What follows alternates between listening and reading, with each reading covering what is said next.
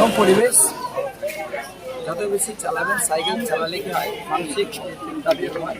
Cycle চালালে একসাথে যদি আমরা সাইকেল চালাই সমাজের একটা ঐক্য সৃষ্টি হয়। বলছি যে এই তেল সাশ্রয় হচ্ছে, জ্বালানি সাশ্রয় হচ্ছে, এটা তো একটা দেশের পক্ষে একটা খুবই ভালো একটা জিনিস। দেখুন, সব থেকে সাশ্রয় এটা বড় নয়, বড় এটা সাশ্রয় তো হবেই। সব থেকে বড় হচ্ছে গাড়ির ধোঁয়া থেকে পরিবেশ নষ্ট হচ্ছে।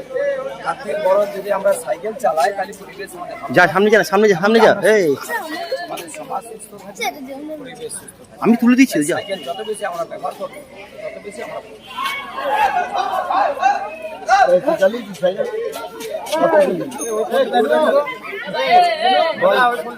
তুমি সাইকেল চালিয়েছো? রোজ চালাও? কিসে পড়ো? ফাইভে পড়ো। কোন স্কুলে? আজকে কতদূর চালালে?